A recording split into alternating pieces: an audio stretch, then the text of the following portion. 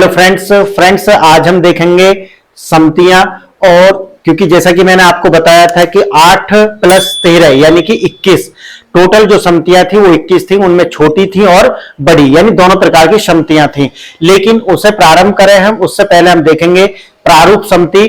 और प्रारूप समति का मतलब है कि जब संविधान बना था तो उसका जो प्रारूप कैसा होगा इसके लिए एक अलग से समिति बनाई गई थी और जिसके अध्यक्ष थे डॉक्टर भीमराव अंबेडकर और उसके अलग अलग सदस्य भी थे। ठीक है, तो ये महत्वपूर्ण समिति है और इससे प्रश्न बनते हैं, इसलिए हम पहले इसे देखेंगे और आप देखेंगे इसके अध्यक्ष कौन है। क्योंकि हम पॉइंट टू पॉइंट बात करेंगे, हम यहाँ पर कहानी गढ़ने बैठे नहीं है, क्योंकि कहानी तो आप बहुत सुनते होंगे।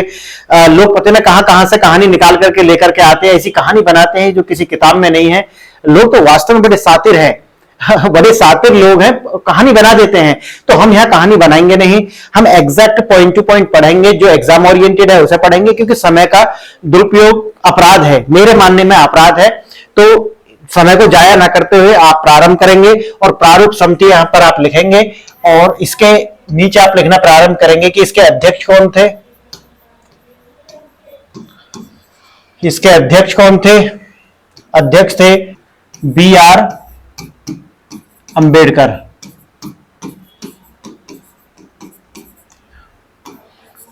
डॉक्टर भीमराव अंबेडकर। सदस्य कौन कौन थे? इसके सदस्य कौन कौन थे? तो आप सदस्य लिखेंगे इसमें। पहले सदस्य थे N गोपाल स्वामी।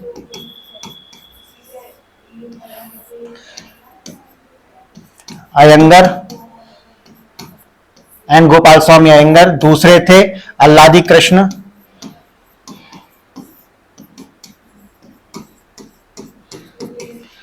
कृष्ण स्वामी अय्यर।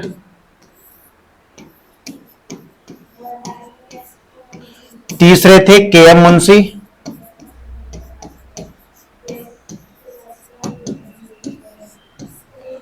चौथे थे मोहम्मद सादुल्लाह।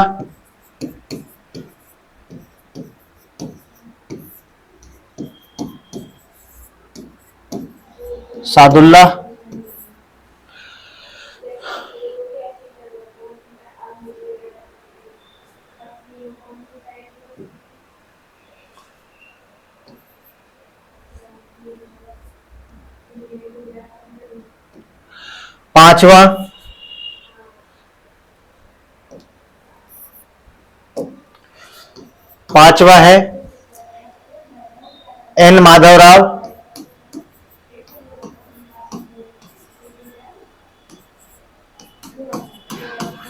एन माधवराव है, ये आए थे, किसके स्थान पर आए थे?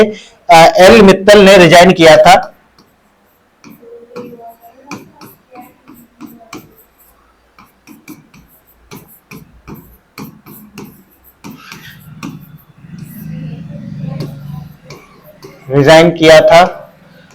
क्योंकि वो अस्वस्थ थे, इसीलिए उनके स्थान पर N माधवराव आए थे।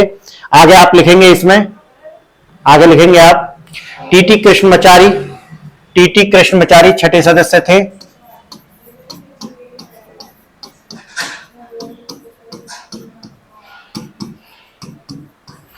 TT कृष्णमाचारी ये 1948 में DP खेतान के जो मृत्यु के बाद आए थे।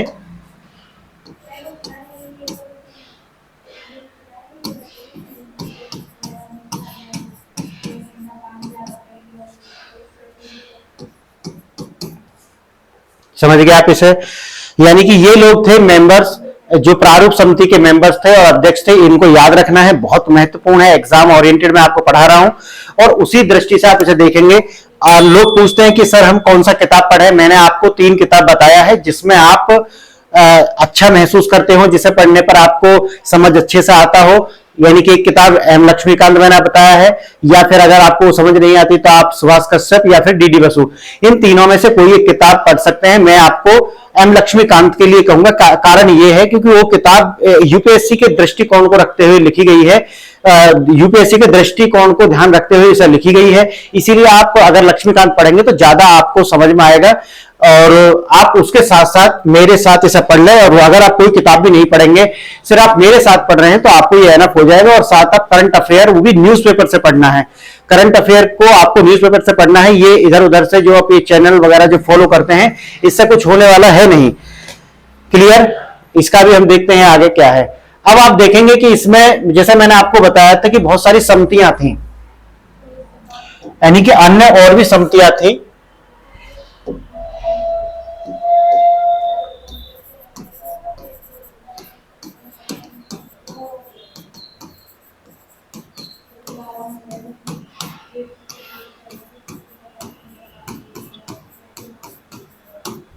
कुछ महत्वपूर्ण समितियां थी। कौन कौन सी थी महत्वपूर्ण समितियां आप देखेंगे इसमें, यानी कि ये दो तरीका की समिति थी। इसमें आप इसे दो भागों में बांट लेंगे। छोटी समितियां थी कुछ,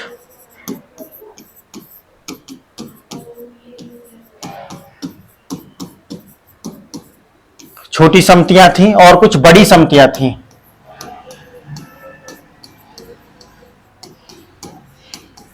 कुछ बड़ी समितियां थी। अब छोटी समिति कितना था, जैसे कि आपको पता है ये समिति कितना थी, छोटी समितियां थी 13 प्लस 8 मैंने आपको बताया था, और बड़ी समितियां कितनी थी, ये थी 8। तो यानी कि 13 और 8 अगर हम टोटल करते हैं 13 प्लस 8 यानी कि टोटल 21 समितियां थी। क्या ये आपको सारी याद करनी है? नहीं, जो आपको जो बड़ी वाली समिति है ये आप याद कर सकते हैं। बाकी तो एक बार आप इन्हें एक दो बार आप इन्हें फेरेंगे, सरसरी नजर से आप देखेंगे तो ये आपको स्वयं याद हो जाने वाली है। अलग से आपको लेकर के इन्हें बैठना नहीं है। याद करने का मैंने तरीका आपको बताया है, ये आपको याद करना है राइम मेथड से, यानी कि तुकबंदी से कुछ जोड़ करके आपको उससे याद करना है। एकदम स्वतंत्र रहकर के आपको ये याद नहीं करना, ये याद रखना, ठीक है। अब जैसे कि कुछ समितियां हैं, जैसे मैं इनका आपको नाम बोलूंगा और आप इन्हें देखेंगे 1 2 3 4 करके, ऐसे ही मैं पहले छोटी समितियां बोलूंगा उसके बाद बड़ी समितियों के नाम बोलूंगा, ठीक है। अगर आप पर लक्ष्मीकांत की किताब है तो वहां पर भी ये दी गई है, इसीलिए मैं आपको इसमें से आपको मैं बोलता हुआ जाऊंगा, लिखाने की आवश्यकता है नहीं, आप वहां से भी इसे लिख सकते हैं, लेकिन नोट्स जरूर बना करके चलाएं। ये नहीं कि वहां तो लिखा हुआ है मैं दोबारा से क्यों लिखूं, नहीं, आप लिख लेना, जब नोट्स आप बनाओ तो लिख लेना, बाद में फिर वो किताब इधर उधर लेकर के जाने की आवश्यकता पड़ेगी नहीं आपको, तो नोट्स में ही इसको आप समराइज करके लिखना है। पहली समिति है वित्त और कर्मचारी समिति, और इसके अध्यक्ष इसके जो अध्यक्ष कौन है, डॉक्टर राजेंद्र प्रसाद। तो इसके अध्यक्ष आप ऐसे ऐसे लिखेंगे, मैं आपको बता देता हूं एक बार। यहां पे आप पहले लिखेंगे ए डाल करके छोटी समिति,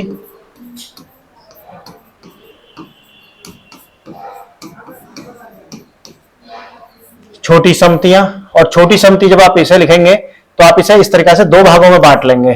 पहला है इस तरीका से, इसे दो भागों में बांट लेंगे, और पहले में आप लिखेंगे समिति का नाम,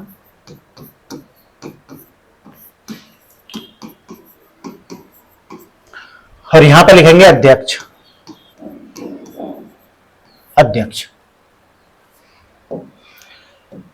तो इस तरीका से आप इसे दो भागों में बांट करके लिखना प्रारंभ करेंगे, और यहां पर समिति का नाम मैं लिखाऊंगा, जैसे मैंने फर्स्ट बोला आपको अभी, वित्त और कर्मचारी समिति, और इसके जो अध्यक्ष है वो है डॉक्टर राजेंद्र प्रसाद। तो आपको यहां लिख लेना है वित्त और कर्मचारी समिति, और यहां लिख लेना है डॉक्टर राजेंद्र प्रसाद, जैसे कि यहां लिखना है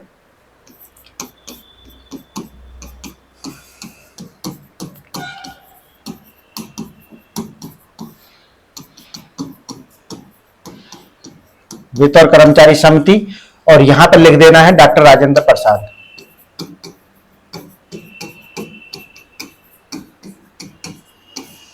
इसी प्रकार से दूसरी जो समिति है वो क्या है, वो है प्रत्याय मतलब है क्रेडेंशियल, प्रत्याय मतलब है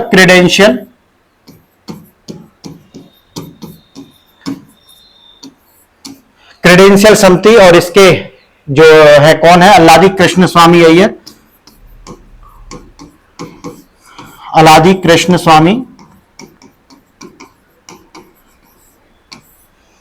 तो इस तरीका से आपको बना लेना है, ये छोटी समिति है। फिर दोबारा में जाएंगे हम दूसरे पर, वहां पर लिख देंगे इस तरीका से बी,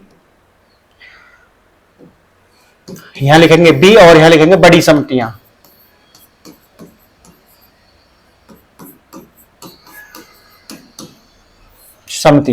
और इसी तरीका से फिर इसको दो भागों में बांट लेंगे।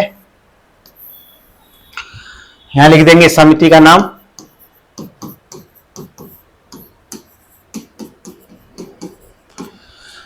और यहां पर आप लिख देंगे अध्यक्ष। और जैसा कि आपको पता है बड़ी समिति में जो पहली समिति कौन सी है, पहली समिति कौन सी है बड़ी समितियों में, संघ शक्ति समिति, संघ शक्ति, संघ शक्ति समिति। और इसके कौन थे, जवाहरलाल नेहरू, जवाहरलाल नेहरू। तो इस तरीका से आपको अपना नोट्स तैयार करना है जैसे मैंने आपको बताया है, ठीक है। अब मैं इनके नाम बोले दे रहा हूं, आपको एक बार इसे सुन लेना है, बाकी बाद में आपको ये लिख भी लेना है अपने नोट्स में। तो जैसे मैंने आपको पहला बता दिया, छोटी समिति से मैं शुरू करूंगा। वित्त और कर्मचारी समिति, इसके डॉक्टर राजेंद्र प्रसाद अध्यक्ष है। फिर है प्रत्याय यानी क्रेडेंशियल समिति, इसके अल्लादी कृष्ण स्वामी है। सदन समिति बी पट्टाभी सीतारमैया इसके हैं। ऐसे ही कार्य संचालन समिति, ये चौथी समिति है, ठीक है, कार्य संचालन समिति, और इसके हैं डॉक्टर के एम मुंशी। पांचवा है राष्ट्रीय ध्वज समिति, पदार्थ समिति है ये, ठीक है, राष्ट्रीय ध्वज समिति डॉक्टर राजेंद्र प्रसाद। तो इस तरीका से आप इसे अपनी किताब में से भी देख लेंगे तो भी ये आपको हो जाएगा। आप लक्ष्मीकांत आपके पास है तो वहां पर ये बनी हुई है, वहां से ये आपको लिख लेना है। क्लियर है। अब इसके बाद में हम कुछ फैक्ट्स देखते हैं इससे संबंधित, ठीक है। तो ये समितियां आप अपनी किताब से लिख लेंगे, लक्ष्मीकांत में पूरी टेबल्स दी गई हैं। अब हम सम फैक्ट्स देखते हैं, कुछ ऐसे फैक्ट देखते हैं जो आपके एग्जाम के लिए बहुत ज्यादा आवश्यक हैं।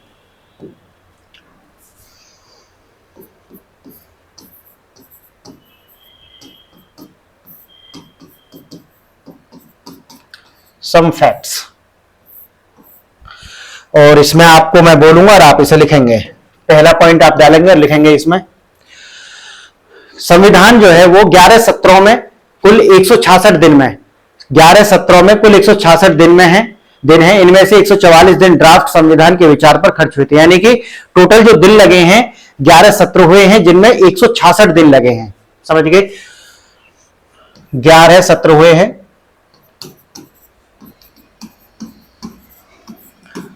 जिनमें 166 दिन, और इनमें से 114 दिन हमें लगे हैं ड्राफ्ट में,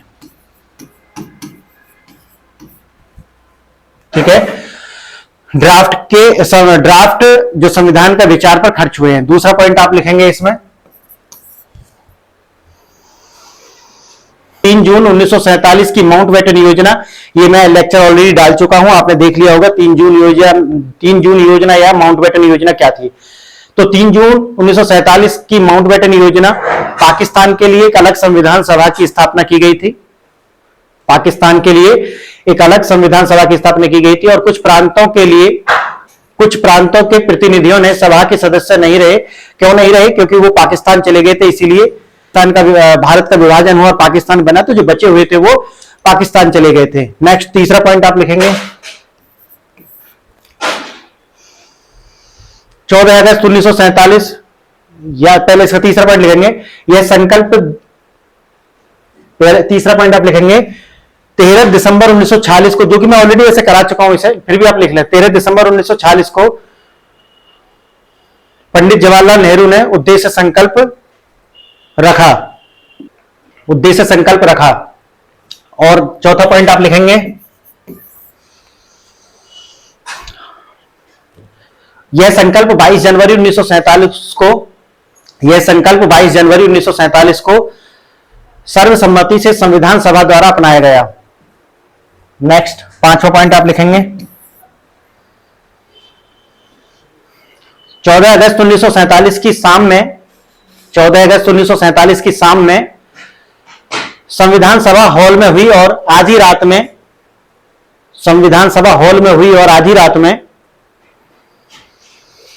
एक स्वतंत्र भारत की संविधान सभा के रूप में कार्यभार संभाला। नेक्स्ट पॉइंट आप लिखेंगे, छठा पॉइंट है, लिखेंगे 29 अगस्त 1947 को संविधान सभा ने डॉक्टर अंबेडकर की अध्यक्षता में एक मसौदा समिति की स्थापना की। 29 अगस्त 1947 को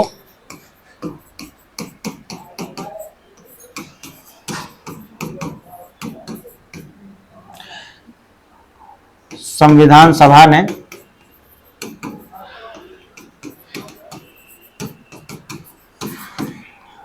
डॉक्टर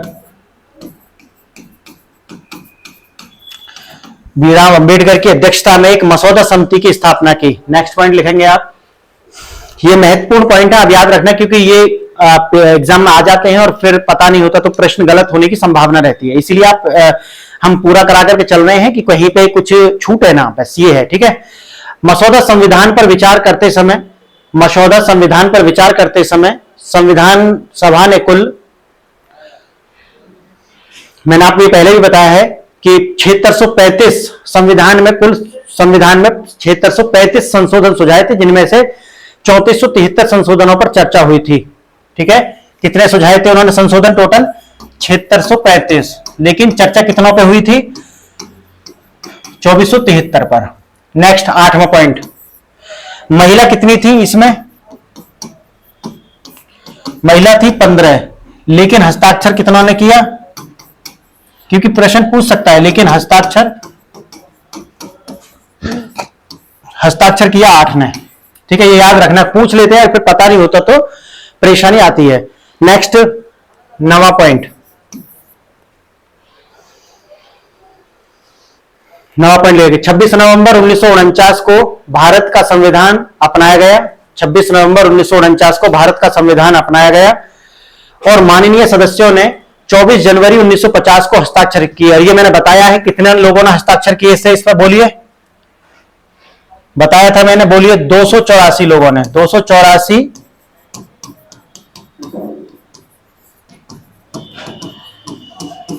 हस्ताक्षर। भारत का संविधान, नेक्स्ट पॉइंट आप लिखेंगे, 10वां पॉइंट है। भारत का संविधान 26 जनवरी 1950 को लागू हुआ। भारत का संविधान 26 जनवरी 1950 को लागू हुआ। उस दिन संविधान सभा उसी दिन संविधान सभा का अस्तित्व समाप्त हो गया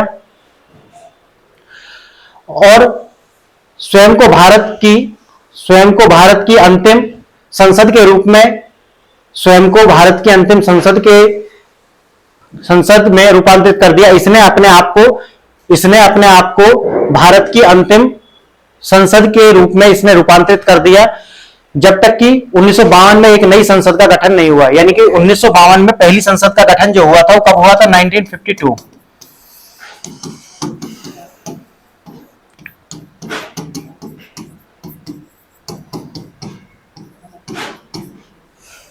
समझ गए आप ये वाली बात?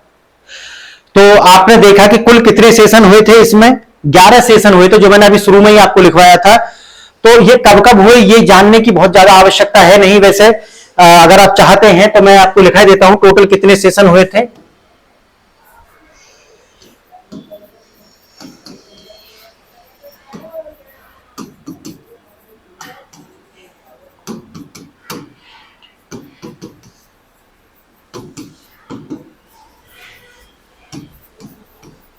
तो टोटल जो सेशंस थे इसमें कितने हुए थे आपको बताया मैंने अभी। टोटल सेशन हुए थे 11। और ये याद नहीं रखना आपको डेट, लेकिन अगर सन आप याद रख सकते हैं तो रख सकते हैं। 1946 में पहला हुआ, 1947 दूसरा हुआ, 1947 में ही तीसरा हुआ, 1947 में ही चौथा हुआ। आप लिखा है इसे, मैं बोल रहा हूं 1947 में, 1948 में सिक्स्थ वाला हुआ, फोर्थ भी, जो फिफ्थ है वो भी 1947 में ही हुआ। क्योंकि एग्जाम में ये ऐसा एकदम पूछा नहीं जाएगा आपको, इसलिए मैंने डेट लिखा दिया। आपको याद रहे कि अगर कहीं पूछा जाता है तो आपको थोड़ा सा अंदाजा रहे कि हाँ यार 47 में था। ठीक है, हाँ। तो सिक्स्थ जो था 1948 में है, 1948